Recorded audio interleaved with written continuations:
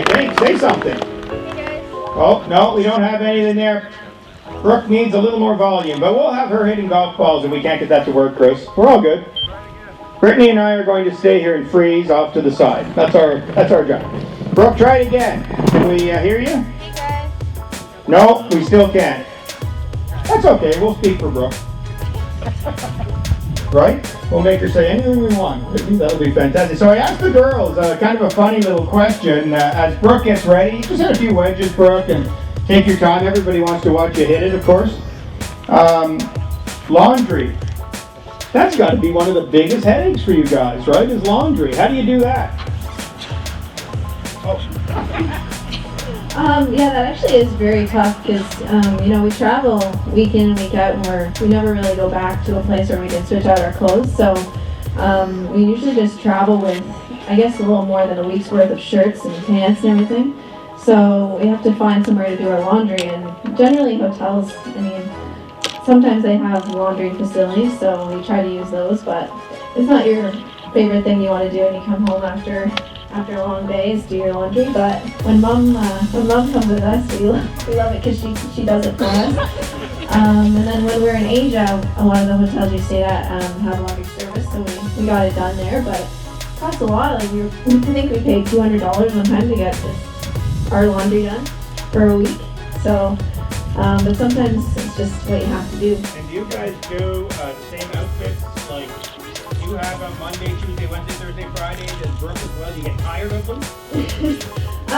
No, we actually just switched to Skechers clothing, so everybody knows the Skechers shoes. Skechers. But now we're wearing Skechers clothes. So they're actually really nice, and there are a lot of new styles, and we feel really good in the clothes, so it's really exciting.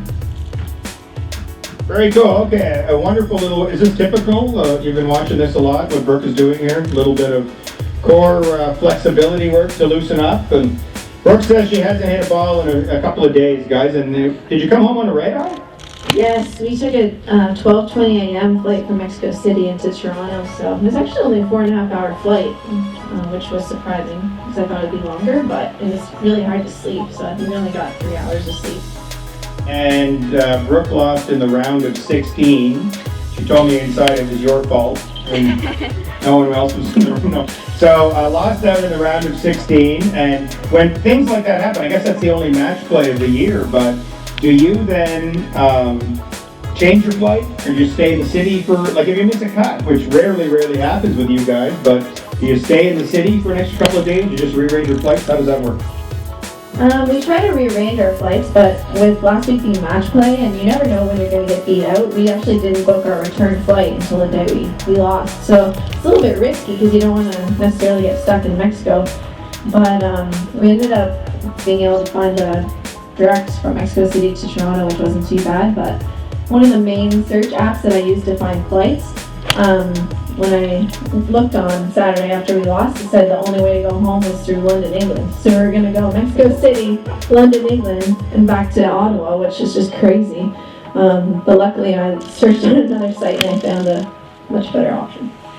Okay, what are you hitting right now, Brooke? That was a pitching wedge. Little pitching wedge, and how far, Brittany, does Brooke hit a pitching wedge?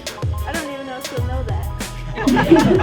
Usually I'm just in charge of getting the number and talking through the factors like wind and if it's cold and how Brooke is feeling that day.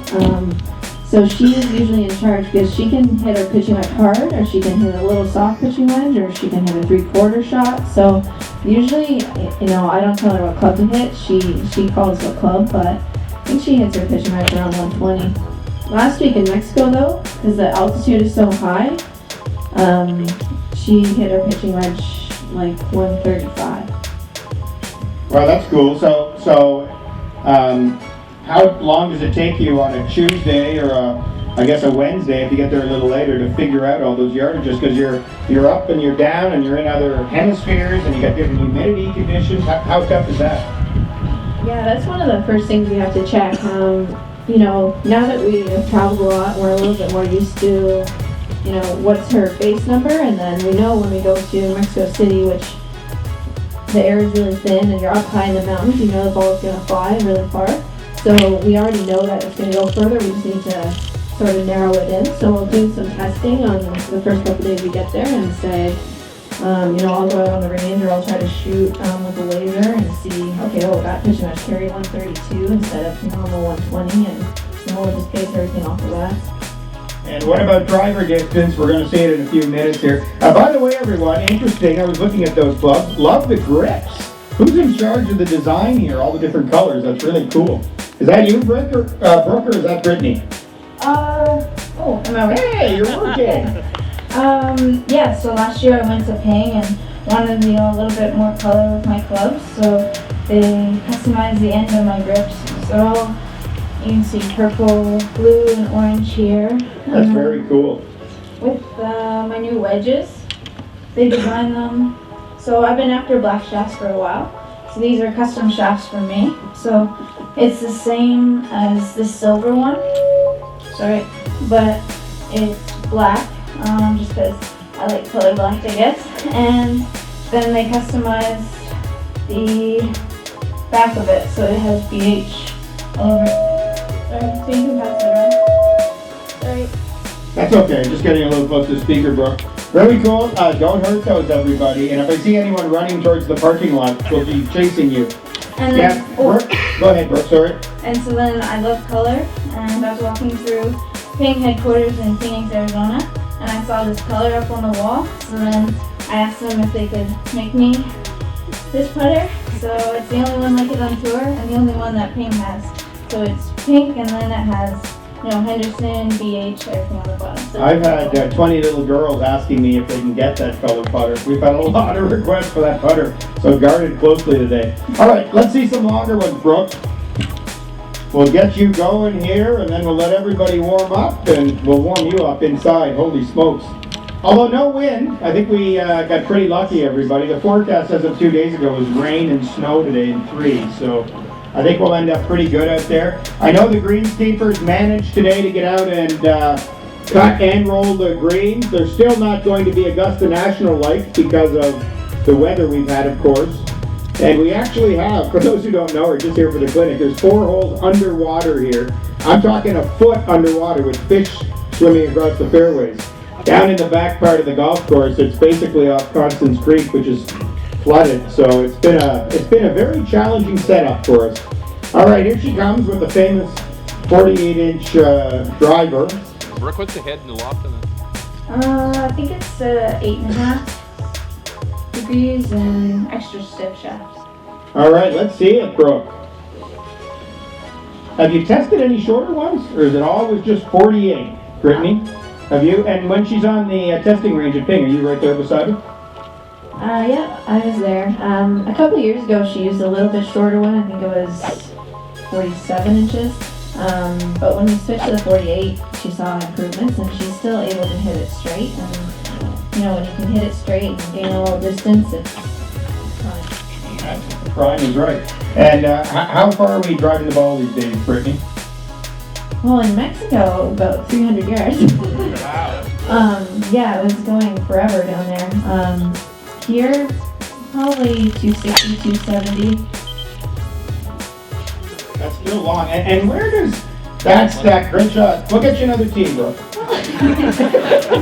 How does that stack up on the LPGA Tour? I think I saw the stat she's around 15th in driving distance. Is that about right? And what is average out there, would you say? Is it a huge advantage for Brooke, or do a lot of the girls bomb the ball?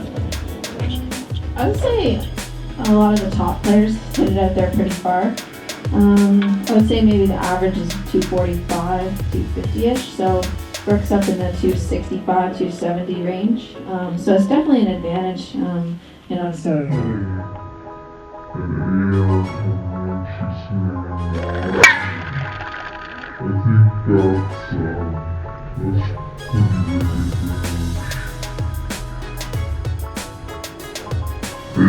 ever hit a bad one? Sometimes. Yeah, sometimes. So what's your ball flight, Brooke? Is it those seem to be drawing just a little butter draw falling to the ground right at the end. That's her ball, everybody, in the middle of the fairway right there. About 260 out, it looks like to me. So What is typical, Brooke? Do you like to hit a little draw? Would you rather hit a little cut for control? What's your normal shot? With driver, just to get a little bit more distance, I like to do drop. And then, with shorter irons, sometimes still hit a draw, but I like to hit a bit of a cut just to get more spin. Yeah. And then what's the longest iron in your bag? 5 iron. 5 iron. 400. Awesome. All right, let's watch a few more bombs here, and then we'll let Brooke warm up. Any questions from the crowd? Anyone have a question they're curious about that we can answer? A lot of cameras, huh? Smartphones have changed the world. Look at everybody. Yes, Maddie. Here, I'll come over to you. Hang on, you can ask your question. This is young Maddie Patura, who plays at Rivermead and loves golf. Okay, so it was kind of a question for before, but basically, what food do you eat when there's a tournament? What food? Tell us what food Brooke eats. Brooke loves Italian food, so a lot of time we have spaghetti or something like that before a big day. We find it's good for lasting energy and it keeps you going for the next day. When we're out on the course, tries to eat a lot of bananas and apples and stuff like that. Also some granola bars, healthier granola bars, I guess. And the occasional chocolate, but we try to save that for the end of the round. Also for hydration, we found that that's something we really need to keep up with, because when you're out there, you don't really think when you stop and have a drink. So it's something that we have to really be conscious about, and try to make Brooke drink a lot of water, because when she doesn't, she gets a little mad.